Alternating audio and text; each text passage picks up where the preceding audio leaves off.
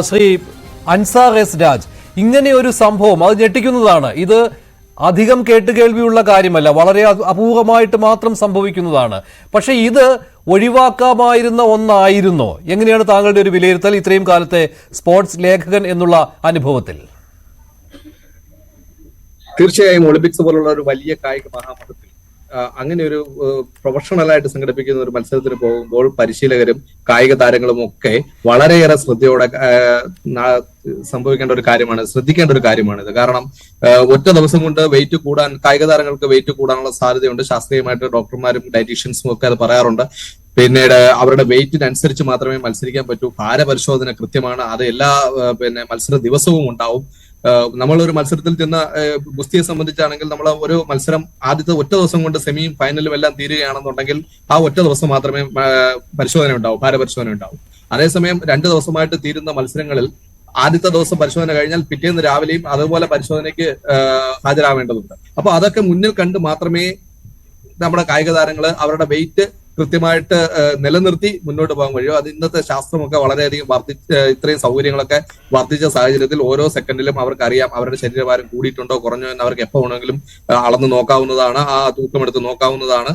അപ്പൊ അങ്ങനെയൊക്കെയുള്ള ഒരു ഇത്രയും ഒക്കെ ഒരു ആർജവം ഉണ്ടായിരിക്കേണ്ട ഒരു സമയത്ത് വളരെ നിരാശാജനകമായിട്ട് മാത്രമേ നമുക്കിത് കാണാൻ കഴിയൂ. ഇങ്ങനെ ഒരു പ്രശ്നത്തിന്റെ പേരിൽ ഒരുപക്ഷെ ഉത്തേജക മരുന്ന് അടിക്കുകയോ അങ്ങനെ എന്തെങ്കിലും ചെയ്ത് പുറത്തു പോയിരുന്നെങ്കിൽ നമുക്ക് ആ കായിക താരത്തോട് ദേഷ്യം ഉണ്ടാവുക. ഇത് സങ്കടമാണ് നമുക്ക് എല്ലാവർക്കും ഉണ്ടാവുന്നത്. കാരണം ഇത് അവരുടേതായിട്ടുള്ള ഒരു പിഴവ് കൊണ്ടല്ല, ശ്രദ്ധക്കുറവ് കൊണ്ടാണ്. പിഴവെന്ന് പറയാൻ പറ്റില്ല, അവരുടെ തെറ്റുകൊണ്ടല്ല, പക്ഷെ ശ്രദ്ധക്കുറവാണ്. പക്ഷേ ശ്രദ്ധ എന്ന് പറയുന്നത് ശരിക്കും വിനേഷിനെ സംബന്ധിച്ച് പറയുകയാണെങ്കിൽ പല പ്രശ്നങ്ങളും നമ്മൾ രാവിലെ മുട്ട് വിനേഷിന്റെ കാര്യം ചർച്ച ചെയ്യുന്നതാണ്. അപ്പം പ്രേക്ഷകർക്കൊക്കെ അറിയാം വിനേഷ് കടന്നു വന്ന സാഹചര്യങ്ങൾ. അത് രാഷ്ട്രീയപരമായിട്ടുള്ള സമരമായാലും ഫെഡറേഷനുമായിട്ടുള്ള പ്രശ്നങ്ങളായാലും വിനേഷ് കടന്നു വന്നിട്ടുള്ള പ്രതിസന്ധികൾ എന്തൊക്കെയാണെന്നും ആ പ്രതിസന്ധികളിൽ എത്രത്തോളം ധൈര്യത്തോടെയും എത്രത്തോളം കൃത്യതയോടെയുമാണ് ആ വിനേഷ് തീരുമാനങ്ങൾ എടുത്തതെന്ന് നമുക്ക് എല്ലാവർക്കും അറിയാം.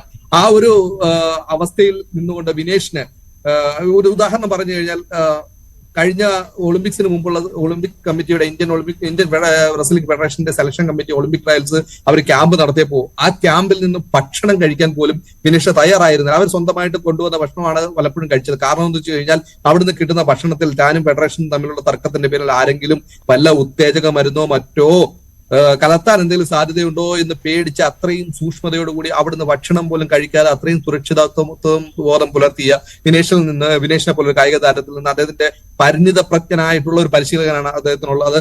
വിനേഷ് സ്വയം തെരഞ്ഞെടുത്ത പരിശീലകനാണ്. അദ്ദേഹം വളരെയധികം മികച്ച പരിശീലകനാണെന്ന് പരിക്കും ഒക്കെ ഉണ്ടായിട്ടും വിനേഷിനെ ഈ ഒരു ലെവലിലേക്ക് എത്തിക്കാൻ വേണ്ടിയിട്ട് നടത്തിയ പരിശ്രമത്തിൽ നമുക്ക് മനസ്സിലാവും. അദ്ദേഹം പക്ഷേ ഈ അശ്രദ്ധ ഉണ്ടായി എന്ന് പറയുമ്പോൾ അവരുടെ ഭാഗത്തു നിന്നും ഉണ്ടായിട്ടുണ്ടല്ലോ, വിനേഷിന്റെ ഭാഗത്തു നിന്ന് മാത്രമല്ലല്ലോ. കാരണം ഇത് ഈ ഭാരപരിശോധന ഉൾപ്പെടെയുള്ള കാര്യങ്ങൾ അവർ കൂടി അത് സ്വന്തമായിട്ട് മെഡിക്കൽ ടീം പോലും ഉള്ളതാണ്. ഇവരൊക്കെ ഇത്തരത്തിലുള്ള ഒരു അശ്രദ്ധയിൽ പങ്കാളികളായി മാറുകയല്ലേ? മഞ്ജുഷ, അതാണ് ഞാൻ പറഞ്ഞു വന്നത്. വിനേഷിനെ സംബന്ധിച്ചിടത്തോളം അത്രയും ശ്രദ്ധ പുലർത്തേണ്ട ഒരു കായിക താരമാണ് വിനേഷ്. അതുപോലെ തന്നെ പരിണിതപ്രജ്ഞനായ ഒരു പരിശീലകനാണ് കൂടെയുള്ളത്. അതുപോലെ തന്നെ ഇന്ത്യൻ ടീമിന് ഈ ചരിത്രത്തിൽ ആദ്യമായിട്ട് ഒരു മെഡിക്കൽ സംഘത്തെ പാരീസ് ഒളിമ്പിക്സിലേക്ക് IOA കൊണ്ടുപോകുന്നു. അപ്പോൾ എന്തെങ്കിലും ഒരു കാരണത്താൽ എന്തെങ്കിലും ഒരു സംശയം വന്നാൽ ഈ മെഡിക്കൽ സംഘത്തോട് അതിനകത്ത് ഡയറ്റീഷ്യൻ ഉണ്ട്, ഫിസിയോതെറാപ്പിസ്റ്റ് ഉണ്ട്, എല്ലാവരും ഉണ്ട്. അപ്പൊ അവരുമായിട്ട് സംശയങ്ങൾ പങ്കുവെക്കാം. അപ്പോൾ എന്ത് കാര്യമുണ്ടെങ്കിലും ചെയ്യാം. പക്ഷെ ഇതിനകത്ത് സാങ്കേതികമായിട്ട് നമ്മളൊരു കാര്യം മനസ്സിലാക്കണം.